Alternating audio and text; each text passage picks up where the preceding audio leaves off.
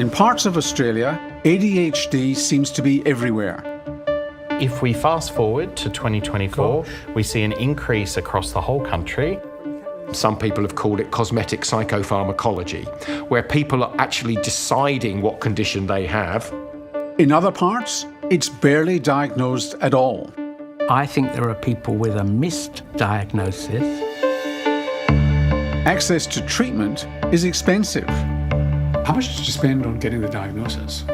Close to $3,000. A brighter future for the world. You know, as the saying goes, never ask a barber if you need a haircut, a psychologist if you need therapy, or a psychiatrist if you need medication. The companies making the drugs are trying to gain influence. 6 of the authors have a conflict of interest. You're one of them. Now, you know as well as I do that doing a talk for an ADHD pharma company is not evidence of bias. Four Corners has been on a mission to find out why the numbers of adults being diagnosed with ADHD are soaring. Hello, I'm Dr. Martin Whiteley. My PhD examined ADHD policy and practice in Australia all the way back to 1992. My personal interest in the issue stems from my time as a teacher in the 1990s, then followed by my time as a politician, and finally my time as a mental health researcher and advocate. This Four Corners program is far from perfect. There are significant flaws with the program. However, it does bring to light to the public and to policymakers issues that have been too long ignored in Australia, and as such makes a valuable contribution to the debate. It is worthy of examination. Some people have called it cosmetic psychopharmacology, where people are actually deciding what condition they have. They go and seek a clinician who will reinforce that or validate their particular view of what they have, and then treat that. Nick Glosier is Professor of Psychological Medicine at the University of Sydney and has had a long-standing involvement in ADHD treatment. What stands out for me in the prescribing rates, and I think here we're looking at time trends, so what's been going on? The increase across all forms of psychostimulant medication. Now that may match the increase in the rates of prevalence. It doesn't, it vastly exceeds prevalence.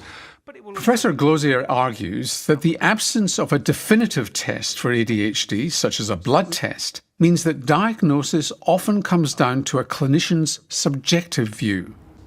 I think one of the difficulties is, of course, that these symptoms are not diagnostic for ADHD. You know, problems focusing, problems with attention, problems with your memory. These cognitive symptoms cut across every single psychiatric diagnosis. They cut across depression, they cut across anxiety. Great stuff, Professor Glosier. And in addition to psychiatric disorders, there's a whole bunch of other things that get misdiagnosed as ADHD. Things as simple as sleep deprivation. And absurdly, in the case of children, those that are the youngest in their class get diagnosed and medicated at much higher rates than their older classmates, simply because they're more immature. Good stuff, Professor Glosier, who then goes on to explain just how impossibly difficult it is to do a proper diagnosis of ADHD. You have to identify the various symptoms people might have. You have to identify when they came on, how disabling and impairing they have been over your life. Not now, you have to go back over people's lives. You have to identify how they affected the person when they were a child and as a teenager. You have to preferably try and get collateral information from people who knew them in their younger stages, or even better, written information. You then have to exclude all the other causes of what could be going on.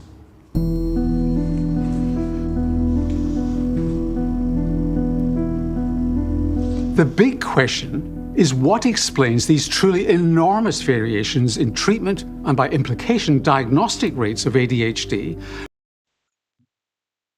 Well, I think Professor Glosier has just answered your question, Norman. He's highlighted just how subjective the diagnostic process is and how impossible it is to do a proper diagnosis of ADHD. Hence, you get massive variations in diagnosing and prescribing rates. Whilst I think that was a little bit of a missed opportunity, the next part of the program is excellent, and I can't wait for people to see it. Because in theory it shouldn't happen, since doctors are supposed to be using the same evidence base. In 2022, the Australian ADHD Professionals Association, or ADPA, released a guideline which was intended to be the foundation of ADHD diagnosis and treatment in Australia. It's called the Australian Evidence-Based Clinical Guideline for Attention Deficit Hyperactivity Disorder. Professor Mark Belgrove ran the group which created it.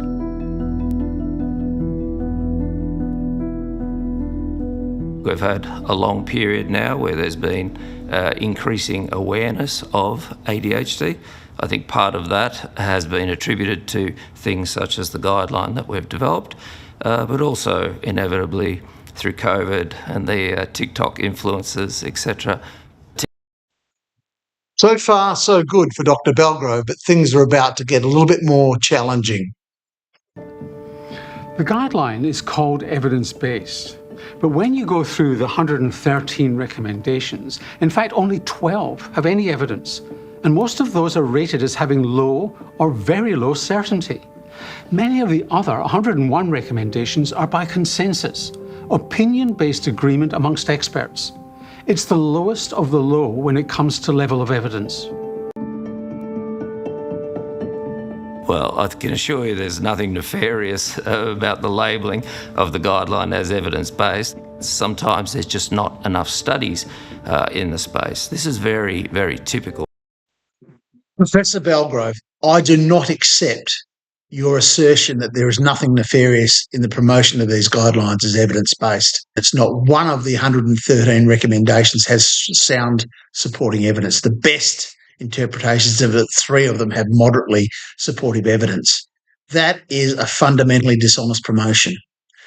Worse than that, you deliberately excluded evidence about aspects of ADHD that aren't consistent with your own views and interests.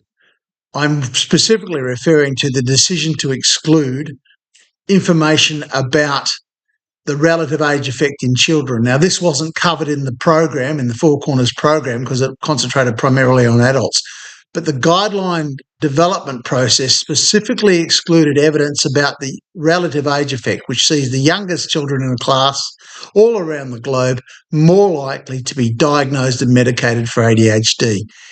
Any truly evidence-based guideline would have highlighted this. It would have told clinicians to beware. Do not diagnose children who are immature simply because they are the youngest in their class. Any evidence-based guidelines would have included this. So not only is the claim that the guideline is evidence-based complete and utter bullshit, you went further than this. You actually deliberately excluded evidence that is contrary to your views, beliefs and interests. This is just unacceptable. It's not average science. It's not even mediocre science. It's incredibly poor. It's pseudoscience, and it needs to be exposed widely as such. The guidelines were approved by Australia's peak health body, the NHMRC, which confers a high degree of credibility. CEO Professor Steve Wessling believes the Council's process ensures guidelines are up to standard. It is important because I think it's the gold standard of guidelines in Australia. And I think the Australian public are keen to understand whether a guideline has gone through the formal process that we deliver. And it says evidence-based and it's NHMRC endorsed. You think, oh, well, this is good, it's evidence-based. But it's actually not evidence-based, it's opinion-based by and large. We are comfortable that the recommendations can be consensus, but they have to state that they are, and in this case they do. Professor Wessling, if you think that these guidelines represent the gold standard, and you think that science is a bunch of people who agree with each other, getting into a room and agreeing with each other and then writing it down, I think you are in the wrong job. I think it's time to move on. And if you don't think it's time to move on, I think perhaps somebody in government, Mark Butler, Anthony Albanese, needs to encourage you to move on. While most of the people who wrote the National Clinical Guideline declared no pharmaceutical conflicts of interest, a third of the research underpinning it was authored by people with disclosed ties to ADHD drug manufacturers. And multiple people who wrote ADPA's prescribing guide, which came out 2 years after the guideline, declared they'd received pharmaceutical funding. The prescribing guide advises doctors on the choice and use of ADHD medications. Professor Dave Cockhill was one of the lead authors. We've been through the disclosure logs. 6 of the authors have a conflict of interest. You're one of them. Half the advisory panel did as well. You yourself, and you've declared it, have taken about $11,000 of money from Takeda. Can we trust the prescribing guide? In order to develop that guide, we needed people who knew what they were talking about. Now, you're right, I have had interactions with not just Takeda, but with several pharma companies. Now, you know as well as I do that doing a talk for a pharma company, an ADHD pharma company, is not evidence of bias. You've done them yourself. Yeah, but I'm not writing a prescribing guide. That doesn't mean that I don't see you as an objective reporter who can look at this in an objective way. I stand by that prescribing guide as an objective view of ADHD medications and how they're used. So the question is then, why, and Takeda would be at the front on this, why are they putting so much money into the industry? They're getting a big return on their investment. Should we be taking that money into the industry for people who are lobbying for it? You're influencing prescribers and you're training. We're training people to assess and manage ADHD in an evidence-based way, and that's... Professor Coghill is the current president of the Australian ADHD Professionals Association, and Mark Belgrove is the immediate past president of that organisation. In fact, he was the president when he led the guideline development process. So now Coghill is telling us that same group that gave us the evidence-based national guidelines is capable of giving evidence-based training to clinicians in how to diagnose and treat ADHD. I don't know if that raises any concerns for you, but it alarms me. The claim that the guideline was evidence-based is complete and utter bullshit, and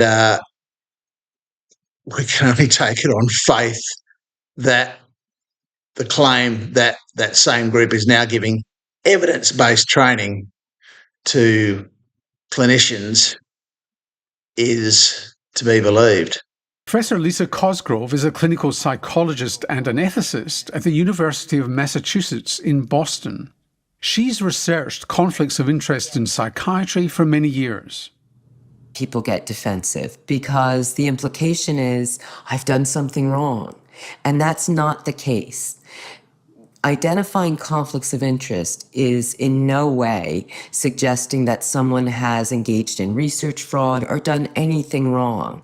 Rather, the real crux of the issue is that those ties engender inevitably implicit bias. We're all vulnerable to implicit bias, and we're blissfully ignorant of the way in which that implicit bias can be manifest.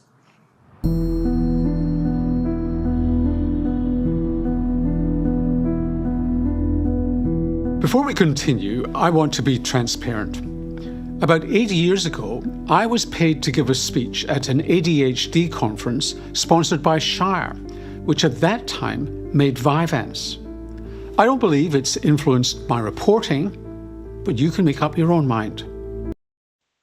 It's good that you disclosed your conflict of interest, Norman, and I think you've tried hard and succeeded in parts of this program in dealing with the implicit bias that inevitably comes with conflicts of interest. There are some major criticisms I have of your presentation that I'll make later in the program, but for now I want to concentrate on other good aspects of the program, including the work you've done highlighting concerns about rising rates of psychosis associated with increasing rates of ADHD amphetamine prescribing. Then there are potential harms from the stimulants themselves. For example, high blood pressure, a rapid pulse, anxiety, insomnia, and weight loss. But one of the more worrying, albeit rare complications, particularly in people who are taking high doses, and sometimes along with recreational drugs, is psychosis, a frightening delusional state involving high emotion. Nobody's collecting the actual statistics in Australia, but we've spoken to emergency doctors in 3 states who are concerned about ADHD medications causing or contributing to a rise in psychosis presentations. The trend in psychosis is increasing. Unfortunately, I don't have data for you, hard data, but I can tell you unequivocally, the people who have been prescribed amphetamines coming through the door, that proportion has certainly increased. Right across the country, the AMA has heard reports from our emergency department and psychiatry colleagues about a concerning increase in psychosis presentations, potentially due to psychostimulants and ADHD treatment. That really is a worry. These are not low-risk medicines, and the side effects or adverse events related to these medicines can be severe. A psychotic episode is dangerous, it's scary, and it's not a position patients want to be in. The national regulator for clinicians is APRA. It told Four Corners that in relation to ADHD, it's seeing growing numbers of complaints about alleged inappropriate, unlawful or inaccurate prescribing, incorrect or delayed diagnosis, and poor communication. As a result, more than 55 practitioners have had action taken against them or are in the process of disciplinary hearings, such as a Victorian psychiatrist who was struck off for inappropriately prescribing dexamphetamine to a patient, despite being aware it was a likely contributor to her psychotic symptoms. Good work to Norman Swan and the Four Corners team on highlighting the problem with increasing rates of ADHD adult prescribing and increasing rates of psychosis. Great work from Dr. Huber on sharing her coalface experience, and particularly pleasing to see Dr. McMullen, the national president of the AMA, prepared to step up and say, yes, there is a problem resulting from prescribing practices associated with ADHD. Look, one criticism I've got of the Four Corners team, this is a program on adult ADHD, not a single mention of the widespread diversion of prescription amphetamines for illicit use. Now, it's a complex issue and there's a lot to go over in it. It could be the subject of another program, but to have a program about adult ADHD not mention the widespread practice of, that's particularly common in Western Australia, of dexamphetamine being used as a lifestyle and a party drug, I think in a program about ADHD is a little bit remiss, but nonetheless, good work on psychosis, and more. I'm about to highlight some more good work on highlighting the influence of the pharmaceutical industry on ADHD policy and practice. The medication that dominates ADHD prescribing in adults is lisdexamphetamine. The brand name is Vyvanse. Its growth has been spectacular over the last 5 years since it was put onto the pharmaceutical benefits scheme for people diagnosed as adults. And it's now the fastest growing medication subsidised by the government. The government's expenditure on Vyvanse has increased from $32 million in the year ending 2020 to $168 million last year. Takeda, the manufacturer of Vyvanse, has spent tens of thousands of dollars in Australia over the last few years, paying doctors to be on an advisory board and speak at events. It's also been a sponsor at the Royal Australian and New Zealand College of Psychiatrists conferences. It's given money to the country's main consumer groups, ADHD Australia for educational programs and the ADHD Foundation for a national helpline. It's also paid for a national masterclass of ADPA's new guideline, and it was the major sponsor of the last 4 ADPA conferences.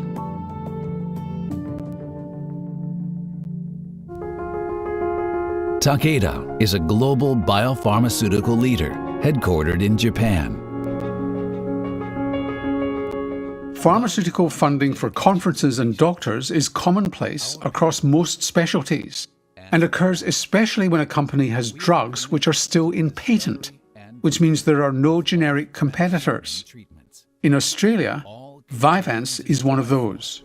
Better health for people and a brighter future for the world.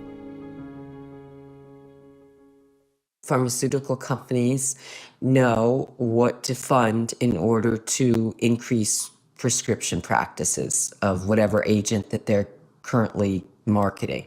So by funding consumer groups, by funding continuing medical education, for example, it's a very robust way to be able to influence how many drugs are sold. Takeda told Four Corners that the suggestion that funding of medical education, patient organisations or professional bodies is intended to inappropriately influence prescribing or drive the use of particular medicines is a misinformed characterisation of how medicine manufacturers engage with and support the healthcare community. Takeda also said that its primary objective is to improve patient outcomes. Just to summarise the relationship between Takeda and the Australian ADHD Professionals Association. Takeda has been the major sponsor of the last 4 conferences of the organisation, and Takeda is sponsoring masterclasses to educate the medical community in Australia about the evidence-based treatment and diagnosis of ADHD. The leaders of the Australian ADHD Professionals Association, the current president, Coghill, and the past president, Belgrove, both have financial ties to Takeda. Belgrove's weren't mentioned by the Four Corners program, but they're there. And multiple other ADHD drug manufacturers. So this group and these men have developed the bullshitly titled ADHD evidence-based guidelines using $1.5 million of taxpayer money and have been endorsed. The process has been endorsed and re-endorsed by the National Health and Medical Research Council. My PhD is in ADHD policy and regulatory capture. There are many examples of it. It's commonplace, it's standard practice, but I can't think of a clearer example of direct regulatory capture endorsed by the government with taxpayers' money and the NHMRC as the agency with primary responsibility for protecting the health and well-being of Australian consumers.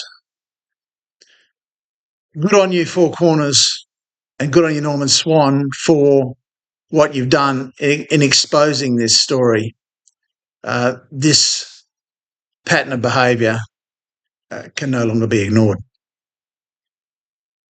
The Four Corners team have done a great job exposing the bullshit claim that the National ADHD Guidelines are evidence-based.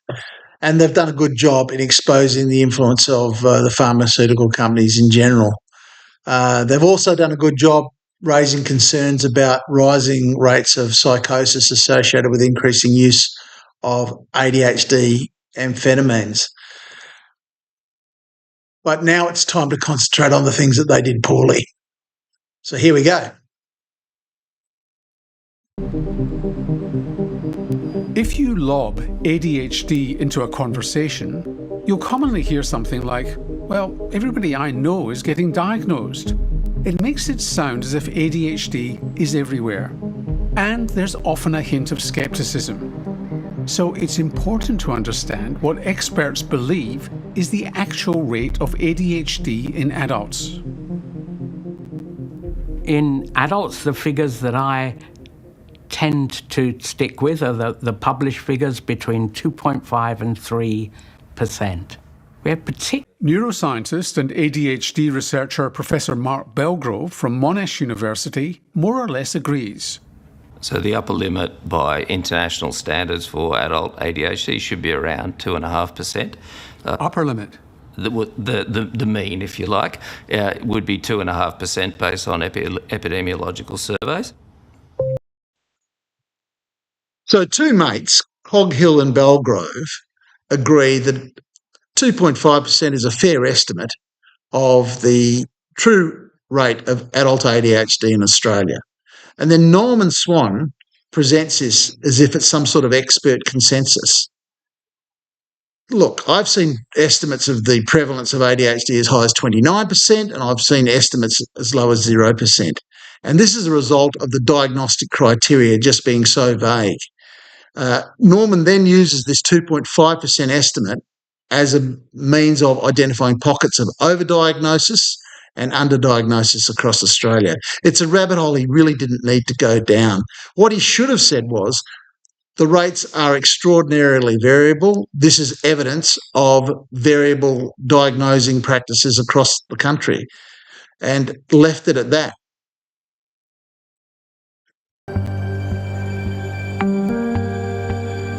What's clear is this.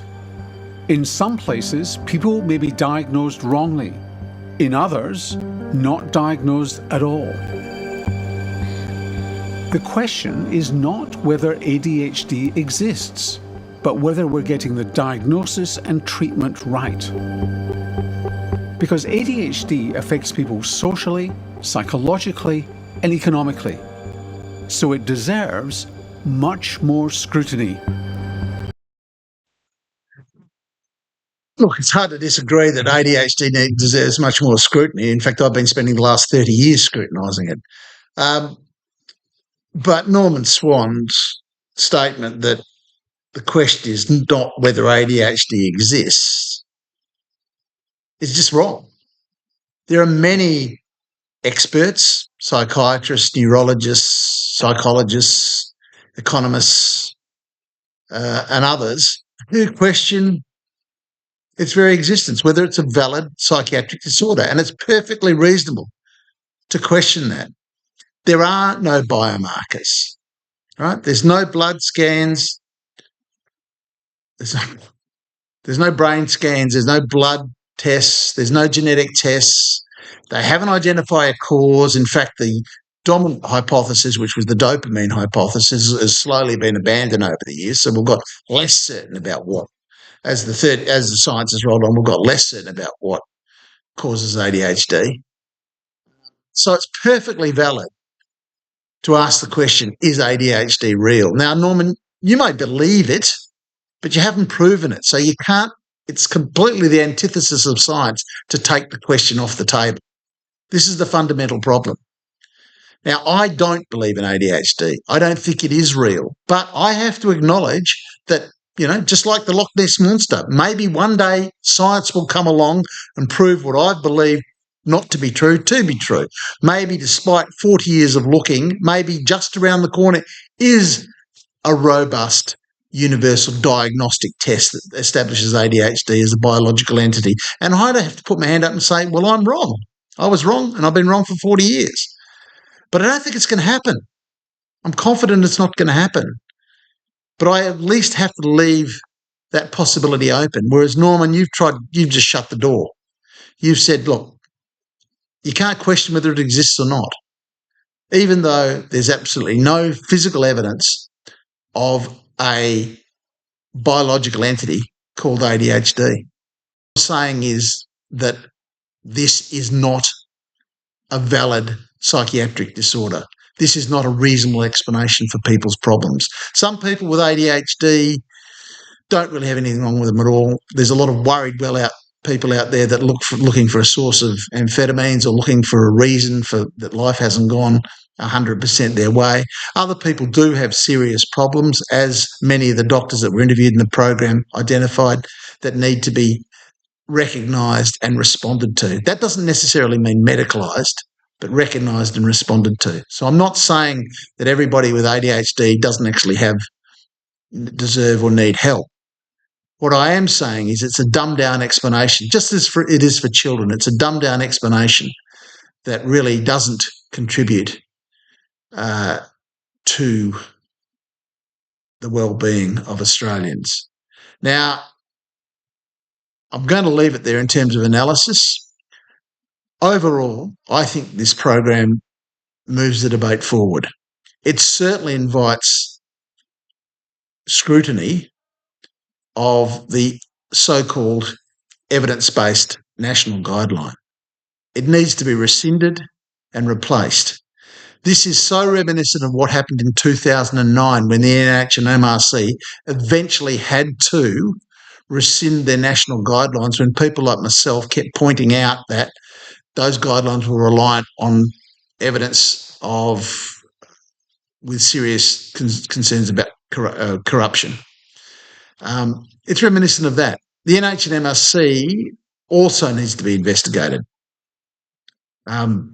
It needs to, if this is what those evidence guidelines are, what the NIH and MRC consider to be gold standard, we need somebody else in charge. We need a clean broom through that organisation. The program has also identified that we need further research into the association between ADHD prescribing and psychosis. So it has progressed the debate. Some good should come out of it. Norman Swan was a very questionable choice to be the host of the program. However, his credibility amongst most of the Australian population, particularly the geriatrics like me that watch the ABC, actually elevates the issue. So whilst I was not happy when I heard that Norman was going to be the presenter, I've got to say that perhaps Norman raising concerns about the lack of an evidence base is better than some other less prominent reporter doing so. So I think in the end, a lot more good than harm will come out of this program. So one thing we can all agree on, I hope, is that certainly ADHD, particularly childhood ADHD, which wasn't touched in this program at all, deserves far more scrutiny.